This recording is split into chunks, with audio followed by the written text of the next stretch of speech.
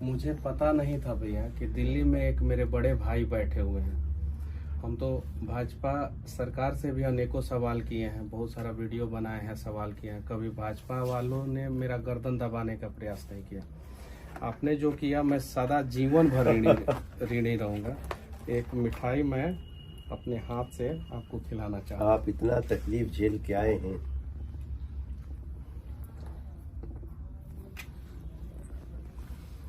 हम आपके संघर्ष को सैल्यूट करते हैं और आपकी निष्ठा को, बिहार के प्रति आपके भाव को, और हम हमेशा आपके साथ हैं। देखिए, बीजेपी कभी भी मीडिया की स्वतंत्रता, निष्पक्षता को चैलेंज नहीं करती। और मेरा 5000 वीडियो है जिसमें 4000 बीजेपी शासित प्रदेश में घूम घूम के है।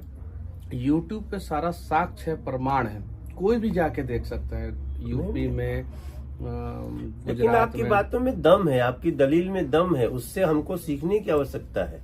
अगर कोई आदमी, हमारे प्रधानमंत्री जी क्या कहते हैं, आप आवाज उठाइए, हम उसको उसके तथ्यों के अनुसार हम उसको एक्सेप्ट करने को तैयार हैं, सोल्व करने को तैयार हैं। तो हम तो, लेकिन जिन लोगों ने, जिनको गलत ही करना है, उनको आपकी बात बुरी लगी, कोई फर्क नहीं पड़ता। मैं आपको जो है अपने घर पे बुलाना चाहता हूँ। मैं आ रहा हूँ, मैं आऊंगा। घर दिखाना चाहता हूँ जिस घर का, मेरा घर का कुर्की हुआ। अच्छा, जो कुर्की हुआ था, कुर्की हुआ 9 महीना बाद जो है एनएस से मेरे ऊपर से हटा दिया गया। मेरा तो 9 महीना बर्बाद हो गया। कोर्ट ने कह दिया कि नहीं, एनएस से इनके ऊपर जो है गलत तरीके से लगाया गया। अगर एनएस से नहीं लगा होता तो मेरा 9 महीना बचता। मेरा इज्जत जो है उसका मतलब कि ये किया गया। जिस घर को मेरे दादाजी ने बनवाया था, जो चीन के युद्ध में लड़े हैं, मैं वो जमीन दिखाऊंगा जो भारत सरकार ने चीन के युद्ध में लड़ने के दौरान मेरे दादाजी को 4 बीघा जमीन दिया था। अच्छा। वो जमीन भी दिखाऊंगा।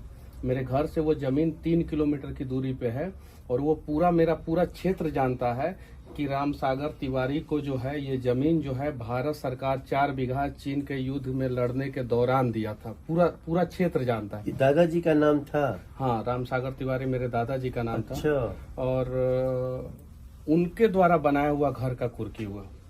अगर मैं बनाया होता या मेरे पिताजी बनाए होते उस घर का कुर्की होता। उसकी भी कुर्की हुई? उनके द्वारा बनाया हुआ घर का कुर्की हुआ। कुर्की में जो है मेरा चापाकल उखाड़ा गया, परेशान किया गया। अपराधी का कुर्की होता नहीं है, एक पत्रकार के घर का कुर्की इन लोगों ने कराया। बताइए, अब ये तो आग है हम दिल लोगों में। का मन यहाँ से भी, हम इतना दूर से सुनते थे ना, तो हम तकलीफ में आते थे। हम तो गए आपसे मिलने, जेल में मिलने नहीं दिया गया। कोई नहीं, अब मनीष बाबू आप आगे बढ़िए। और मैं पत्रकार हूँ, मैं गलत करूंगा तो मेरे ऊपर एफआईआर होना चाहिए ना। मेरे कैमरामैन के ऊपर एफआईआर क्यों हुआ? चलिए, मेरे कैमरामैन के ऊपर एफआईआर कर दिया। मेरे ऑफिस के सारे स्टाफ के ऊपर एफआईआर क्यों किया? जिनका कोई दूर दूर तक कोई रिश्ता नाता नहीं है। गरीब बच्चों को जो है मैं सिखाता हूँ, आगे बढ़ाता हूँ। मेरे ऑफिस में जितने काम करने वाले बच्चे हैं, दलित के बच्चे हैं, ओबीसी समाज के बच्चे हैं, स्वर्ण के बच्चे हैं, सब गरीब परिवार के बच्चे हैं। उन लोगों को मैं सिखाता हूँ। और मनीष कश्यप गलत किया था।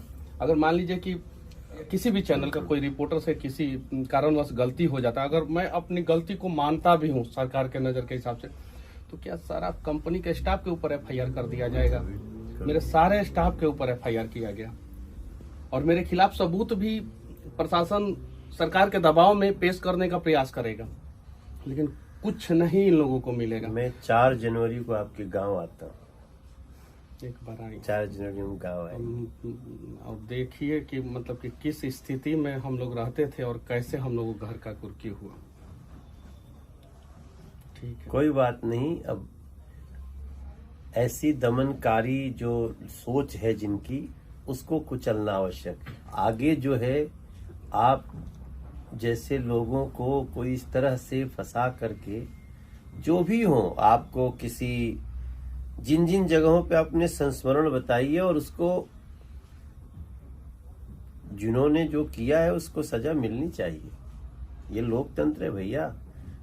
दमन करने वालों को सजा नहीं मिलेगी तो हम जवाब क्या देंगे किसी को? हम 15 केस में बेल लिया मैं। 15 केस में? 15 केस में 11 केस जो है एक बार में किया गया मेरे ऊपर, 6 तमिलनाडु में, 4 बिहार में और 1 NSA, 11 केस एक बार में, एक वीडियो की वजह से।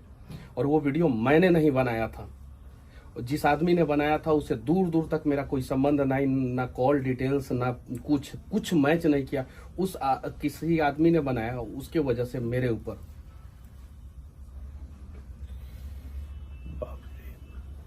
नहीं, हम लोग तो मैं तो थोड़ा सा जब घटनाएं घटती तो मैं सोशल मीडिया भी खंगालता था। देश का युवा, ऐसे सब सच्चे लोग आपके साथ हैं, साथ थे, साथ हैं और साथ रहेंगे।